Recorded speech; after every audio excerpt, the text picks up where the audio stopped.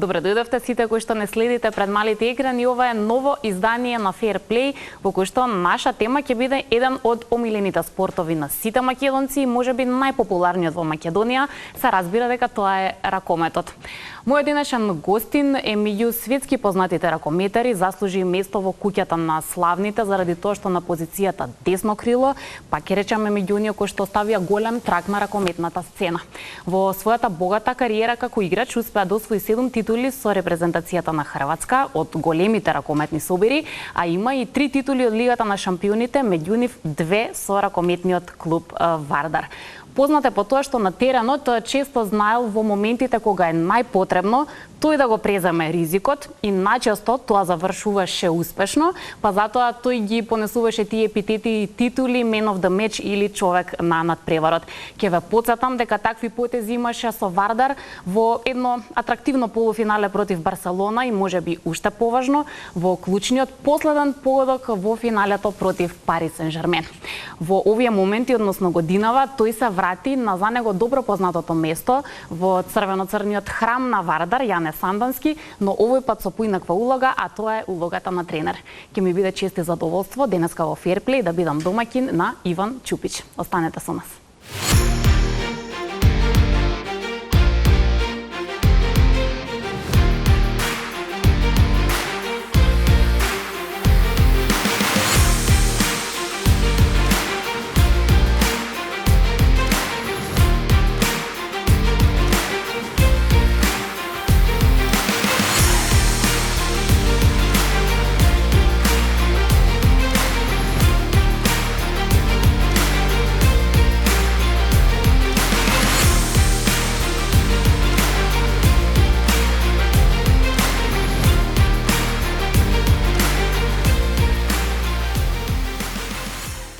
Јас пред малку ги кажав клучните работи што се однесува до кариерата на мојот денешен гостин. Има уште неколку работи кои сакам да ги додадам. Познат е по тоа што имаше една несреќна повреда и тоа на дланката, меѓутоа тоа не беше причина тој да се откаже од ракометот. Напротив, стана на некој начин и целата приказна поатрактивна, потоа имаше шеги на таа сметка, но како и да е најважен е тој спортски дух поради кој што пречка никаква не представуваше. Меѓу другото, Иван има тројца браќа, од кои што сепак тоа е веројатно најуспешниот во ракометот, но можеби уште поважно, тоа богатство е поголемо ако знаеме дека има и 4 ќерки. Како е да се биде назад во Скопје и тоа под притисок дека треба да се освои титулата со Вардар, ќе ни каже самиот. Многу ми е драго што сте гостин во Fair Play. Добре дојдовте. Фала што ме позивавте, ево првиот пат сам на ваша емисија, ево надам се дека ќе бидем добар саговорник. Како е да се биде назад во Скопје? Дали се уште ви пречи метажот, гужвата? Тоа беше стара болка. Стара болка, ама сега се некако научив дека е тоа нормално у Скопје и сега поинако е кога си тренер.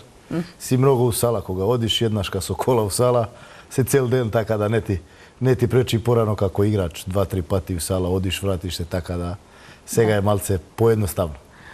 Има ли нешто и што ви дал да има шанса да се вратат тие години кога Вардар беше шампион? Пак тоа да го доживеете? Мислив дека многу тешко дека се тоа може пак да се доживи, пошто многу работи мора да се спојат у едно, ама оно што остануваат е таа историја на Вардар и таа љубов што имаат сите и навивачи и луѓе околу клубот и ево, ја и кога дојдев сега како тренер, пак кога слушнев ови работи, Вардар, Лига шампионова, пак ти буди оне некое меморија, сеќавања и оно дека пак сакаме да гледаме пун Јане Сандански, да пак гледаме Лига шампиони, да учествуваме у големиот клуб и да будеме дел на големиот клуб, не само на Балкан, ја не мислим само на Македонија, него на Балкан посигурно дека е најтрофени и најдобар клуб. Атрактивен и беше многу атрактивен благодарение на вас. Не е спорно дека на теренот бевте многу моќни, особено во оние години кога имаше доволно играчи за ротација и така натаму, но едно клучно нешто за Вардар во тоа време беше соблекувалната. И познате нашиот Столе Стоилов дека тука одигра една многу важна улога. Може ли сега да ми објасните како Столе се справуваше со толку многу ѕвезди на едно место? Секој има свое его, специфични моменти, како успеваше да одржи единство? Па види, Столе пресега е човек кој е вардарац, кој сака Вардар и прво на секој играч кој дојде странац, прво објаснуваше и разлагаше што значи Вардар, колку е голем тај дрес. И мислим со многу тихега, мислим дека ми имавме сите едно у глава, а тоа е да своуваме, да се надпреваруваме, дека сакаме стално да е пунијан Несанански, да се докажуваме секој дан и да обраниме част и на нас сами, и на тимот, тако и на клуби, голема историја, така да нормално моменти има кога е тешко и сооблекувана, кога е со пуно ега, дуга е година, 10 месеци си стално иста сооблекувана со исти луѓе. Нормално да има проблеми, ама имаше ту и многу других лидери попут Кара, попут некој име како Арпа Штербик, така беше авторитет. Така авторитет, имаше многу ега, ама и многу карактерни луѓе кои сакат дека бидат лидери, така да и они малце помогнат на Столе у тие важни клучни моменти, пошто еден човек со 20 души е многу тешко, така да апсолутно тешко. Така да имавме некоја собликувана која секогаш функционира одлично, ама пред се функционира затоа што по мој мислење сите беше како ја волим да сака едно, ама победници сака да тепат секој дан, било што. Игрица, трчање, ракомет, утакмица. Што и да е да се победи. Што и да е да се победи. Така да добро. Така да Според ваше мислење, може ли некој да се истакне како најголема звезда на Вардар во тоа време? Имаше многу звезди. Многу звезди. Куца во прашање, кој добро, Арпад Штербик. Арпад Штербик сигурно и порано што правија и со Шпанија и со Сјуад Реал, со Барцелона, мислим да е еден од први имења така големи кои дојде у Вардар. И после тога нормално и Тимур беше тука, ама по тоа дојде и Канелјас и јас можда у тоа време и Македа кои бевме веќе освојувани на нешто, останиот беше играчи кои су млади, кои се сака докажуваат, ама мислим тај први кој, како ја викам, планетарна звезда која дојде у тај новиот Вардар. Да. Сите кога слушнат Арпа Штербек игра за Вардар, полесно беше на сите нас да после дојдеме да видиме тај проект, да веруваме дека тоа има смисла, да. И на вистина беше. Само уште малку околу Столе, зашто знаеш, Столе е македонска икона. Така е. Ракометна. Во моментите кога вие се вративте во Вардар, Столе ги напушти редовите на Вардар и тогаш имаше некоја изјава на пресконференција на која малку македонците се налутија дека на Столе се уште не е време да биде тренер, но вие ќе бидете тренер.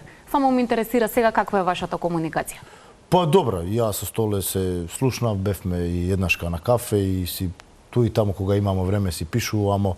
Јас се слушнав со него кога дојде во Вардар. Да, ја немам проблем. Ја нема проблем со Столе, нити Столе има проблем со мене, тоа е нормално од некоја прашања која су за луѓе у клубот, што они избера, што они сакаат у тоа време, ама тоа нема никакви причини меѓу мене и Столе. Зборевме нако нормално, он по моје мислење очекуваше дека е време да он доби шанса за тренер. Мислим да клуб отиде у други муабеди, да отиде у друга реализација, да у тај момент сака нешто поинако и тоа е меѓу клуб и Столе, ама ја и Столе функционирамо како и до сега сасвим нормално.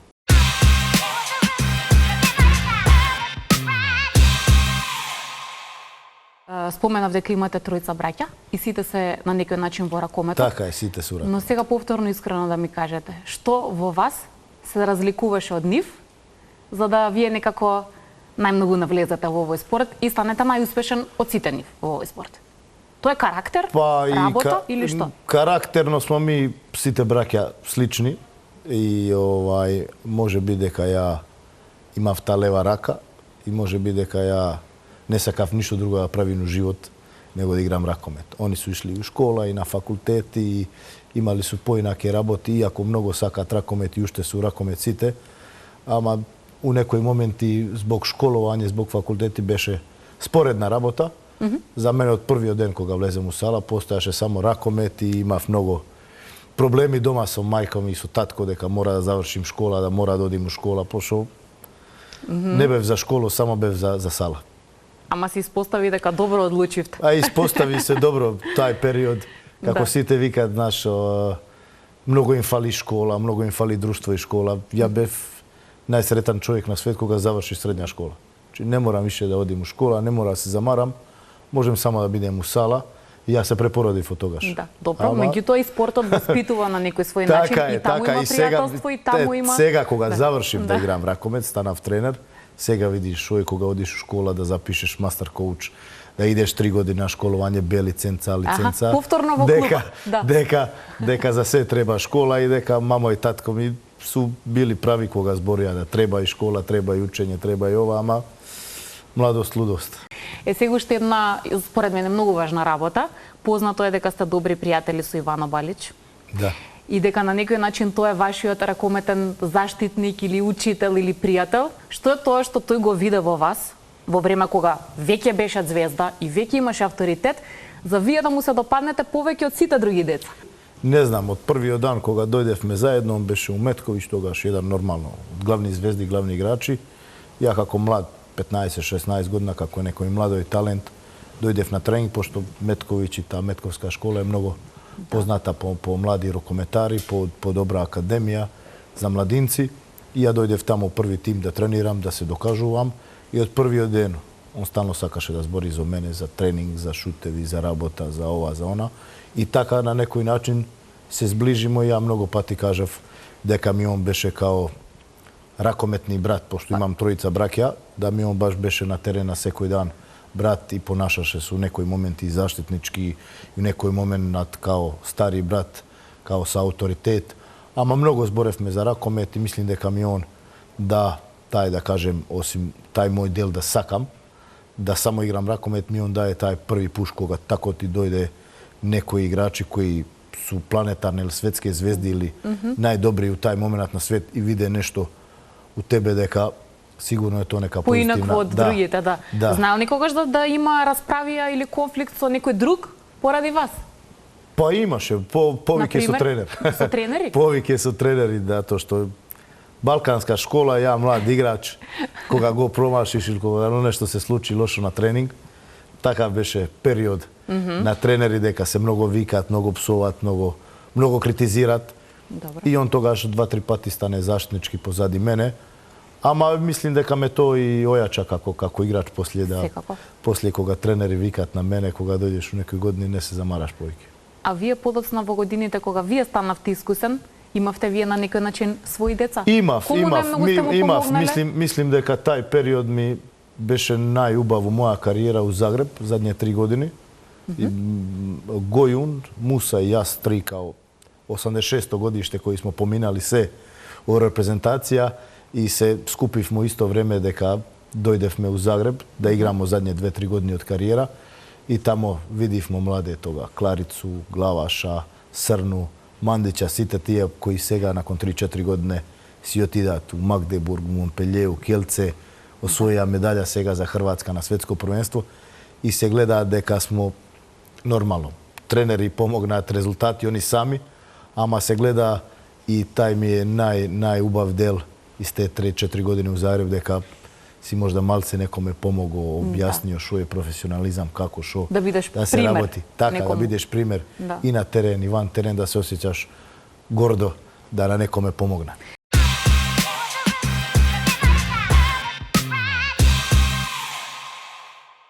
Кој ви беше искрено најголема конкуренција на истата ваша позиција во репрезентација или клуб? Златко Хорват, најдобар другар, еден од најдобри другари, али најголема конкуренција и за мене најдобро десно крило. Што га ја видов у моја кариера, не зборам сега од Џомба, не зборам сега од некои други играчи, ама они 10 години кога ја и он бевме заедно у репрезентација и кога он играше најдобар рокомет у Загреб, беше и капетан на Загреб многу години. И он то знае и ја то многу пати спомнав дека мислам дека без такав Златко Хорват ја не би стал играч какав јесам био. Конкуренцијата е важна и добра работа. Така, пошо кога го не даваш гол, кога го тренер нега стави да игра, он ќе дава 10 голови. Ќе поправи ситуацијата. Он ќе дава 10 голови и ти знаеш, не смеш да промашиш, секој тренинг гол не можеш да промашиш, не смеш нити да промашиш. Ама тоа е таа здрава конкуренција која те тера секој дан да нема опуштање, нема комфорт зона. Секој дан, секој напред мора да даваш 300% од себе, пошо овај што чека е исти ниво, а можда подобар, само тренер се за овај нетправар одлучи за тебе и мора да се Твоите докажуваш. грешки не му одговараат. Така е, Да.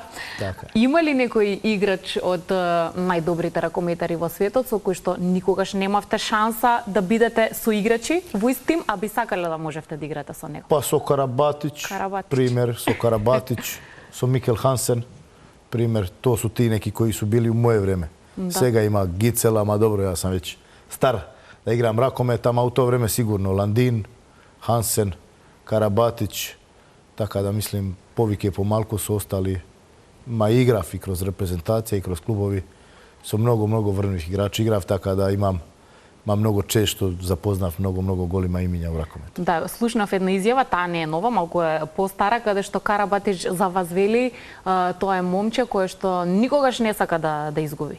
Да. И никогаш не се превала, да. Мрзам. Добро ве проценил. Мрзам.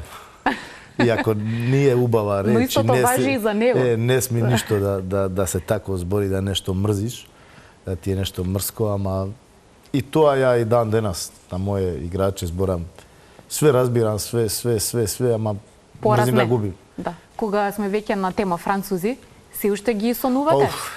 Да, знам дека најголемите главоболки ви ги предизвика. Па ево, пре ова си правила ова најава. Да. И 7 медали, така, ама нема злато због французи. Нема злато, тие финалиња со Франција. Нема злато због французи, мислим дека нормално сам многу горд на 15-16 години играње у репрезентација и само да еднашка облечеш тај дрес, е свет дрес и е многу тежак, ама тоа беше за мене најголем досег у кариера дека играм за репрезентација Хрватска, ама се родив у време кај не може да тепаш те французе и што го да правиш, што кој го да играш, сепак, може, во едно од најдобрите ери, да речеме, Да. периоди за хрватската репрезентација. Да, ама и за настапувавте, Франција. но и за Франција, И така. се погодивме у тоа време и стварно сега со одмак цело време наш кога е врке, кога си тамо секој, нису така, судие, ова, она, така, муабети се,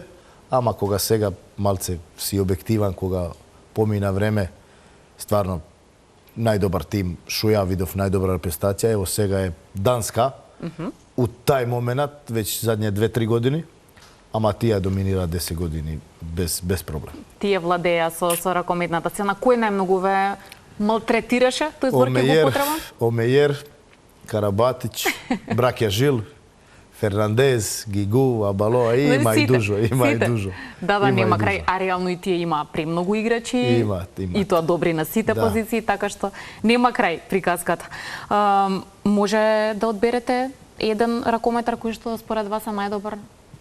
Да речеме досега, на сите времиња, некој што е за вас? Па види, најдобар за мене кој промени спортот е реално Ивано Балич. Кој промени спортот, луѓе почнат да гледаат можда ракомет на поинак начин због него и мислам да он промени таа модерна револуција како би требало да се игра ракомет. И тоа е стварно заслуга на него, ама ако зборимо за бројки, ако зборимо за континуитет, ако зборимо за некој кој помина од 16 до 38-39, Никола Карабатич дефинитивно не може ништо да му се каже, иако е француз, ама не е француз, ама наш е со Балкан, со француски штих, ама е наш. Фер плей да се признае, нели, кога некој на вистина ги заслужува сите тие епитети.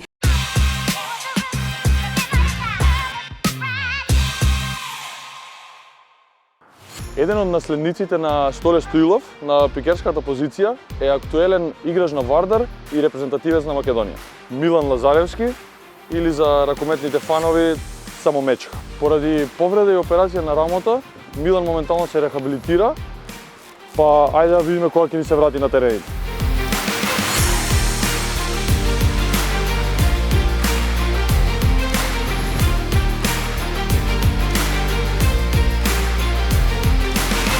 Па сакаш интро, има нешто представување, не представуваме. Па ќе се смееме бе човек. Што се случи со рамото, како го повреди? Па нажалост не беше некоја травматска повреда директно да биде удар или некое истегнување неприродно, туку само со тек на време рамото пошто се истрошило, пошто навистина сезоните претходни две беа навистина интензивни и едноставно се истрошило и требаше да се санира тоа само преку хирургски запад. Ти беше страв тоа одење под нож, целата операција, ни све што помина? Да, искрено ти кажам ептен, пошто прва ваква операција ми е тешка, да кажам, пред тоа едини што сме операции биле 3 на нос, ама тоа неспоредливо е со рамо. Стварно и рамо е многу захтевна, тешка повреда и уште позахтевна е рехабилитацијата, тешко се прогнозира, нема правила, не може точен тајмлайн да се постави. Бев преокупиран со тоа, како ќе се вратам од почеток, но фала Богу, фала за медицинскиот вакво став и за тренерите кои што ми посветува внимание да се рехабилитирам. Мислам дека наскоро ќе биде секој што треба. Ни се тоа што помина после пост операцијата, дали беше тешко и болно целиот тој процес за тебе? Поише кажам, па дека беше по психички тешко, пошто навикнат сум, пристото сум и љубител на вежбање у теретана и кревање на тешки килажи. Постоперативно кога почнав со екстремно мали килажи и осеќав тегоби и ограничување на лакот на движење, стварно прво ме погоди, ама кој што проаѓаше време идеше се подобро и мислам дека и рехабилитацијата се врши во најболј ред и прашање на време кај што чак и у подобро светло, мислам дека у подобро издание ќе се вратам. Пака си на тренинг во теретана и почна да ти станува досадна? Која е песна или каков жанр на музика пушташ па да се расположиш или да те мотивира на сред тренинг да дигаш поише? У принцип, жанр на музика, тоа е деликатно прашање, многу зависи од расположението, право да ти кажам, немам некој фикса, например, жанр пошто може да биде хард рок, метал, може после да се пребација македонски шлагери, Тоше Проевски, Лалевски, Кукулеле, Нокаут, така да многу зависи како сум расположен, како е тргнат денот и така и ми се одразува и музиката за која што тренирам или се мотивирам. Те видов како коментираш двајца-тројца како поминуваат за фризурите. Си зијам за право, да, дека па може и прв имав ваков тип на фризура, али драго ми е што се популаризираше со тоа што сега сакам и малце да се дистинкција да направам помеѓу другиве луѓе и помеѓу мене, сакам да не биде само формата као четка, туку и со джигери си позади волкави вака да ви бидат, пошто мислам дека нема да може многу луѓе да го спроведат тоа и сакам да им кажам да не се шишаат као мене, зашто да не бидат премногу луѓе исти со исти фризури. Кој е твој фаворит број 1 играч ракометар? Немам фаворит играч, да бидам искрен. Едини фаворит кој што ми е идол у животот е сестра ми, Екатерина Лазаревска, да ја поздравам незе. Во ракометот немам идол, но идол за професионалност и амбиција во животот е сестра ми и само не ја би издвоил. Знаеме дека е актерка, така? Дај, например, си седел дома и сестра ти поминува ни скрипта овоне и си викаш еј, сестро, дај да се пробам ја. Сакам да станам актер. Многу често го имаме муабетов на фамилиарна софра и имам кажано дека имаат среќа што не сум се одлучил за тој пат у животот, пошто ја ќе им го едев лебот на нејзи и на сите нејзини колеги. Имаат среќа што се одлучив да играм ракомет. Моите соиграчи долго време ме тера да се откажам од кошарка и ја барам втора опција и сакам да прашам дали некој што више 10 години тренира кошарка би можел да направи транзиција во ракомет и би можел да дојде до твое ниво, да речеме. Невозможно, искрено, невозможно. Пошто зависи кога е транзицијата. Ако на пример си тренирал од 5 години до 15 години кошарка и да се пребациш на ракомет, може би изводливо, ама ако збориш конкретно за твоја ситуација, колку години имаш сега? 20 сега? Сега да почнеш да играш ракомет, сега многу тешко, искрено. Ја мислам дека е скроз невозможно. Да беше од 5 до 15 или од, не знам, до максимум до 18 години да почнеш да тренираш, и тоа више е касно, ама ја пример почнав на 15, на 16. Така да мислам дека и неизводливо е. Така да извини. Нема да играме заедно. Значи не можам да ви помогнам никако. Нема да играме заедно. Вардар брка титула. Репрезентација се спрема за европско во јануари. Ти ни требаш реално. Така да ми остана да те прашам кога се враќаш на терен. Наредна недела Вардар иде да игра Лига Европа со Сесвете во Загреб и ја ќе им правам друштво на тимов мој. Имам закажано преглед во вторник и у среда во Загреб правам магнет и после консултација со докторот ќе имаме јасна слика за која се враќам и у која форма, но мислам дека тоа ќе биде навистина наскоро. Се препотивме што се препотивме, барем ти, а трчаш на дупло помалку од мене, ајде да работиме нешто.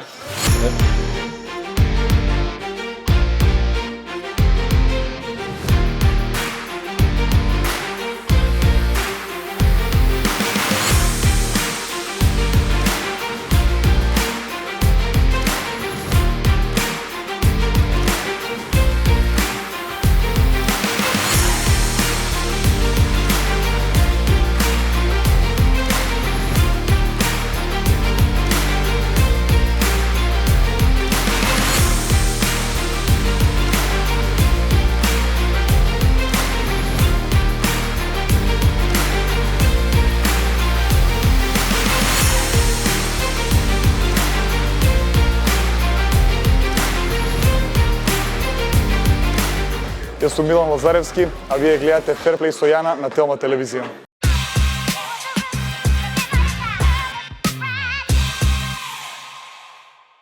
Откако дојдовте овде, прво дали вардарци и вашите колеги ви се јавија да ви честитаат дека сега сте тренер? Да? Сите. Повеќе и помалку сите. Гледаат по некој надпревар, знаат да се јават да дадат совет. Гледаат, пишуваат, честитаат, така да и сите вардарци уз оно време, они 4-5 години кога ја бев у Вардар, можда и најубава времења за Вардар, сите уште живеат за Вардар. Сите, и Кара, и Циндра, и Шишкарев, и Тимур, нормално не зборам сега ту за Столе, за Ненадовски, ти македонци, ама и Јарпад смо се видели пред некој дан. Сите живеат со Вардар, Вардар е во срцето. сите гледаат Вардар, така да. Да. Стварно Вардар те 4-5-6 години колку бевме заедно тука, нешто е повикето само со Немко, од добра екипа, има нешто у таа собликувана, има нешто у тај дрес што не може да се опише, да на прва одма ти се стане близу срце, да одма засакаш тај клуб. Кој ви е си уште најдобар пријател? Има еден што ви е најдобар од сите пријател? Па има и дужо, има ту е и Гојун, и Муса, тоа су мои генерација, Дувњак, ево и Шишкарев, и Ненадовски, и мој цимер што беше сега ми е директор, така да ракомет ме запозна со многу дивни љуѓи и со многу прави пријатели, така да има их повеќе од еден. Има многу цимерски анекдоти. Па секогаш има цимерски. Кои беа главни карактеристики на вашиот цимер, ајде? Пошто беше најспецифичен?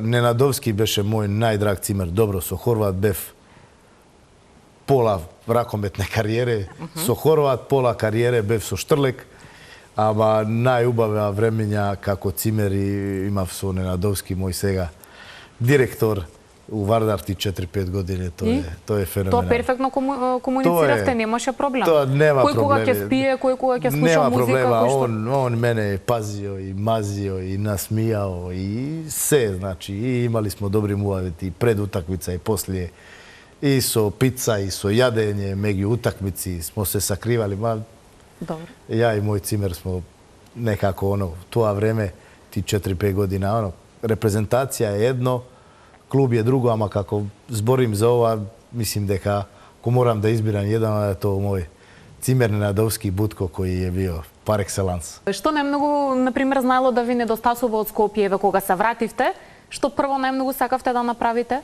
Каде да отидете? Па види, нисам некој кој сака многу да шета, да бидем искрен. Океј. Најмногу ми фали, само еднаш кај оваа сезона доживив, ми фали многу Полнијане Сандански.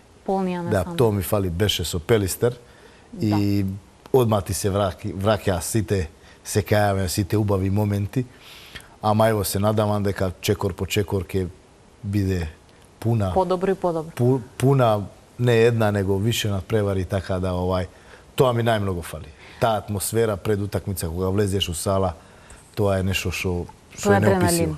Добро, кога сме веќе на темата, голем ли е притисокот затоа што знаете дека во Вардар се чека титула? Вардар ќе врати титула ова сезона, ја верувам у моја екипа, у наш клуб и мислим дека имамо квалитет, дека ќе вратиме титула у Скопје и мора да ја вратим. Сега се враќамо на притисок. Ја цело време и како играч, сега и како тренер покушавам да едуцирам, да објаснувам дека е притисак привилегија, пошто нема секој право да игра за Вардар, да биде тренер за Вардар и да има тај притисок. Значи, само некои одобрани тренери, играчи и љуѓи може да има. Така да ми требамо да смо горди што можеме да играме у Вардар и што можеме да представуваме Вардар и да имамо тај притисак, тој гордост. И така треба да гледамо на тоа. Има уште една интересна ситуација. Порано низ годините сте имале прилика да играте против Кирил Лазаров, а сега се надпреварувате од поинакво место, од клупата. Така е. Раскажете ми барем накратко, прво како го доживувавте порано како играч, а како сега гледате на негова новата улога на тренер? Па, како играч, мислим дека најтрофени у историја на Македонија, мислим да он уз Пепи Манасков е најтрофени и најпопуларни. Да, и се уште прв стрелец во Лигата на шампионите. Да, на македонски ракомет и стварно ја како играч респект, почит, играл сам многу пати пред njega, човек играше до 40 година, освои све што може, а сега како тренер, како и не бев у Вардар, ама сам секогаш уз Вардар, знам како и направи Алкалоид, знам дека е веќе тренер 3 години тамо, да има младу екипу, македонци, и да сега зема и пред 2 години македонска репрезентација. Многу го почитува негова работа, стварно млади македонци играат добро, напредуваат.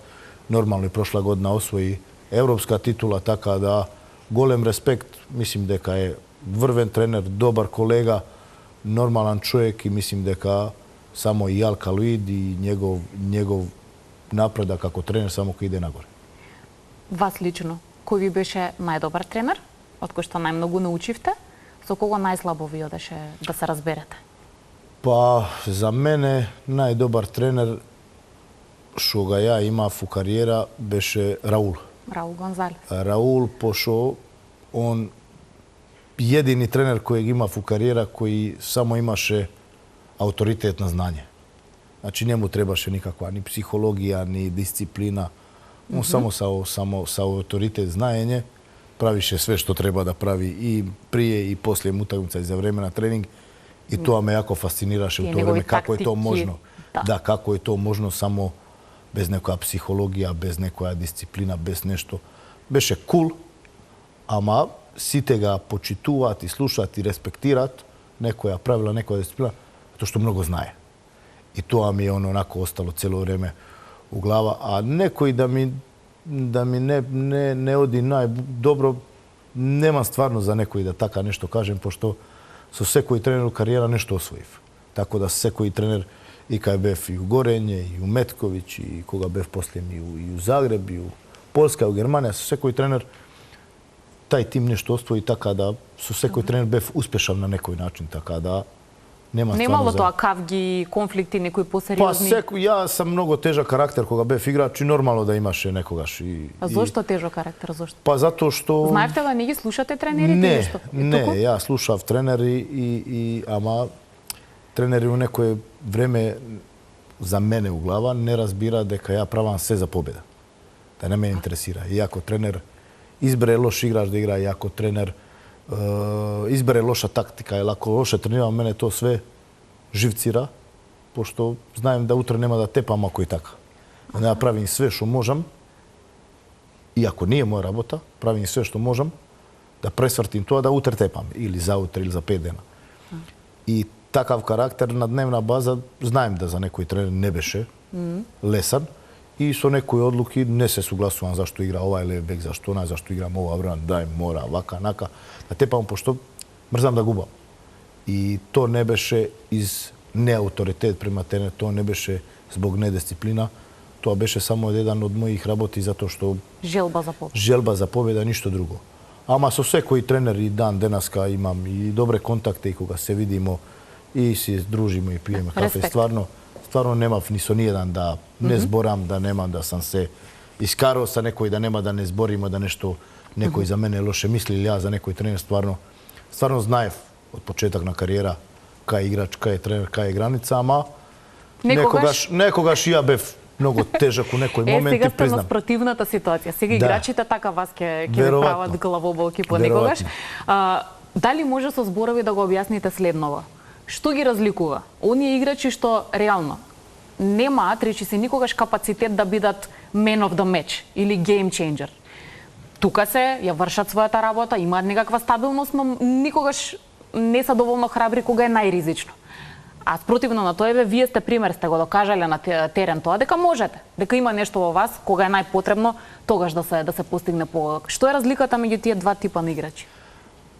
Па пред некој дан слушав еден збор кој стварно објаснува многу работи. Ајде. Пошто кога ти шутнеш, еден шут даваш гол, прие се мораш да ја промашиш милион пред тоа. Или на тренинг, или на утакмица, значи не може. Ама главни збор што разликува добри играчи од елитни или врвни играча е, по мене, дека никогаш не се уморни. Не се уморни. Значи, кога е добар играч уморан, врвен не е уморан. И тогаш врвен играч победува добар играч. Кога добар играч сака да се одмори или мисли да е доволно тренирал, врвен играч мисли дека тренира малку, а треба да тренира повеќе да некој не га стигне.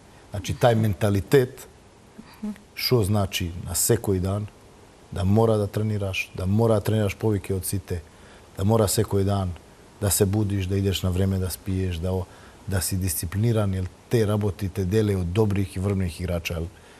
И ја забив тај гол, супер. Ама и промашив 100 пред тоа. Ама дали наставиш да тренираш, дали наставуваш да работиш, дали настануваш да веруваш из година у година така. Ја бев 7 или 8 пати у Келн на Final Four. Да. Мав само 3. Ние 50%. Значи не е лесно. Да, ама 8 пати, супер. Ама освои само 3. Имам 7 медали за Хрватска, 8, не знам. Ма не е иде злато. Значи, врвна е Хрватска, врвни е Вардар или Килце у тоа време, Левен со кој сам био Final Four, ама нешто недостасува. Значи, некој повеќе тренира, повеќе елитних играчи има тие кои има тај менталитет. И мислим дека е тај победнички менталитет, тај менталитет да секој дан сакаш да бидеш подобар, да секој дан нешто научиш, да секој дан и кога е тешко и кога си уморан, да не си уморан, да одиш напред, да секој дан нешто научиш. И мислим да е тоа разлика измеѓу тих општо било кој спорт, измеѓу многу добрих играча и елитних спортиста. Знаете што има често пати коментар на таа тема дека човек ќе направи безброј добри работи и луѓето ќе се навикнат дека во нешто сте вие добар. И тоа го повторуват и тоа веќе станува сосема нормално, повеќе не е специјално. Меѓутоа, ако се случи на вас да погрешите, тогаш таа макар една грешка ќе биде запаметена и ќе се зборува за неа многу долго. Имате вие некое промашување или грешка што чувствувате дека до ден денеска луѓето кога ќе ве сретнат сакаат да ја коментираат. Пример, не да речат браво што го постигна голот за титула у Лига на шампиони, туку како можеше ти тогаш да промашиш? Не, не е така? Немам таа ситуација со луѓи.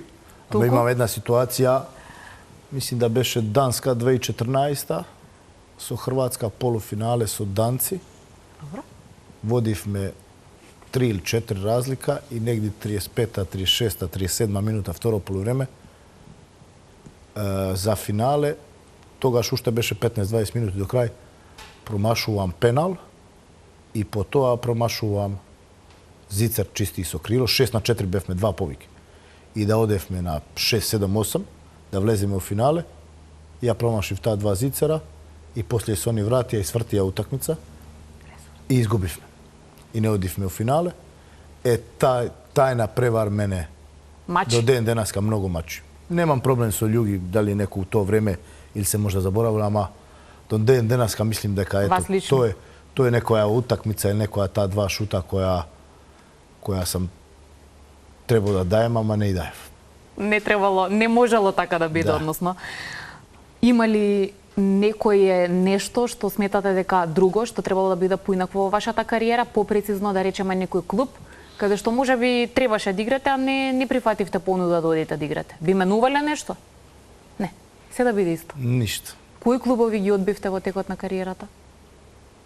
Еднашка Барца, еднашка 2 пати Загреб, еднашка Целје. У тоа време беше Колдинг, онај со Хансен, со онаа екипа Свенсон, тогаш и еднашка Кил. У некој време беше муабет меѓу Кил и Левен, отидов у Левен.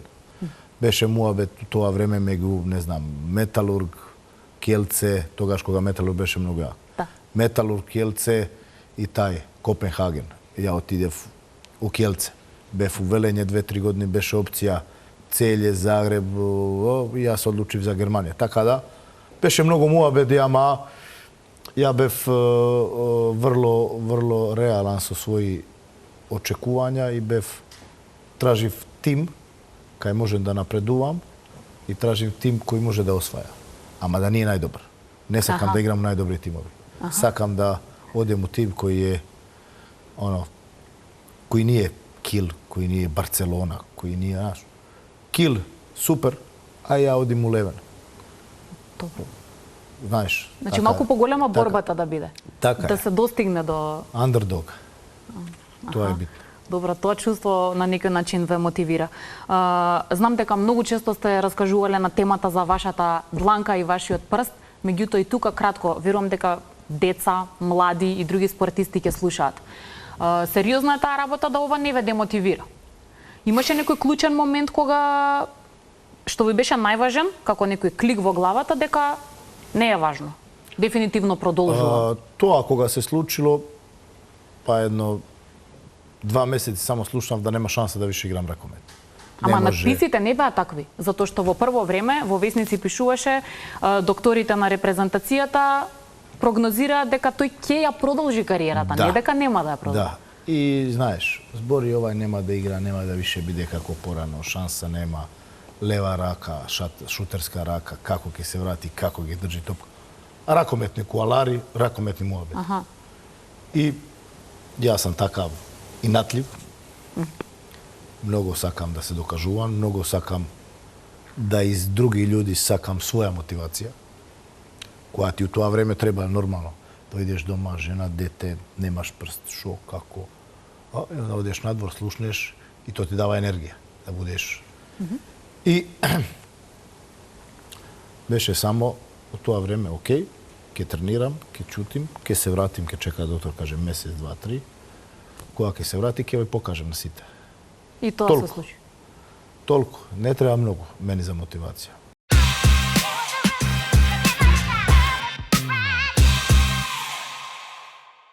Ја споменавте сопругата, покрај неа имате 4 ќерки. Да. Тоа се многу жени на едно место. Многу, и едно куче.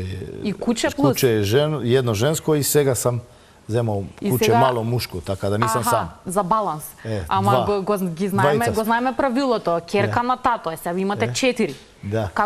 Дома има некој тимски дух во смисла групирање? Кој против кој? У нас се вика блажени меѓу женама. Така да, јас сам... Нема проблем. Јас сум блажен и меѓу женама.